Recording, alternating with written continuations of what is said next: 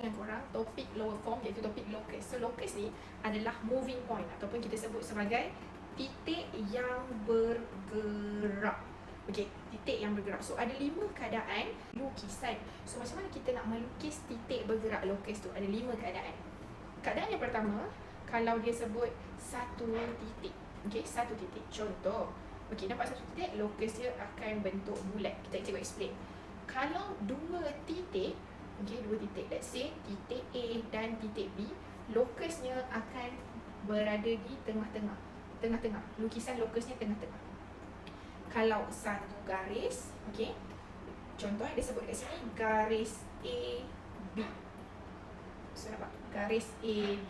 Bila dia sebut satu garis, dia mesti garis atas dan garis bawah. Locus dia mesti atas dan bawah. Okey, beza tau kalau 2 titik ni dia akan sebut titik A dan B. Nampak? Titik A dan B, 2 titik. Tapi kalau garis dia akan sebut garis AB, line AB. So line AB ni yang ni.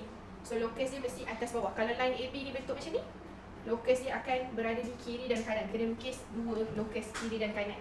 Dan last kali kalau disebut 3 titik A, B, C, so locus dia mesti berada di huruf yang tengah-tengah tu. Potong macam tu. Tapi kena ukur lah. Kalau sini 6 cm, AC 6 cm, ni mesti di cm yang ketiga.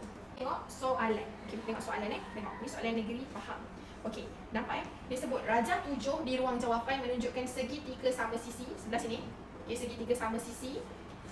PQR. Titik X dan titik Y ialah 2 titik yang bergerak. 2 moving points. Tadi kita dah cakap dah, locus is a moving point.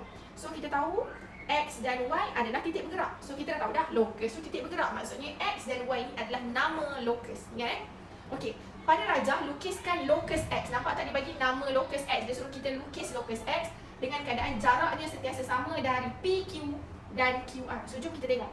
Mana PQ? Sini PQ. Mana QR? Sini QR. Nampak tak 3 titik dekat sini? So bila 3 titik, kita akan lukis satu garisan tengah-tengah. Okey, so macam mana kita nak tahu tengah-tengah kat mana? Kita ukur P pergi R ni berapa kotak? 1, 2, 3, 4, 5, 6, 7, 8, 9, 10 kotak. So 10 kotak mestilah kotak kelima tengah-tengah.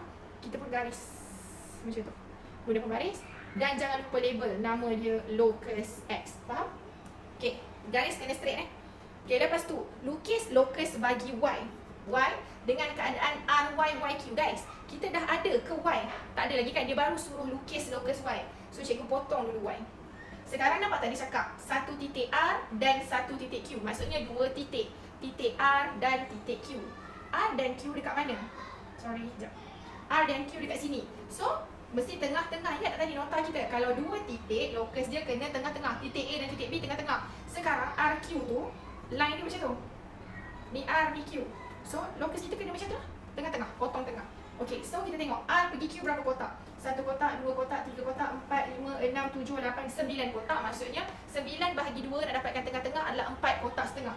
1, 2, 3, 4 setengah situ. 1, 2, 3, 4 setengah kat situ. So korang kena ambil pembaris, korang kena draw. Dia akan jadi macam tu lah. Straight kan? Guna pembaris. Labelkan dia, nama dia locus Y. Betul tak dia suruh kita lukis locus Y? Okey. Dan soalan C, tandakan dengan simbol X titik persilangan bagi locus X dan locus Y. So dekat mana locus X dan locus Y ni berjumpa?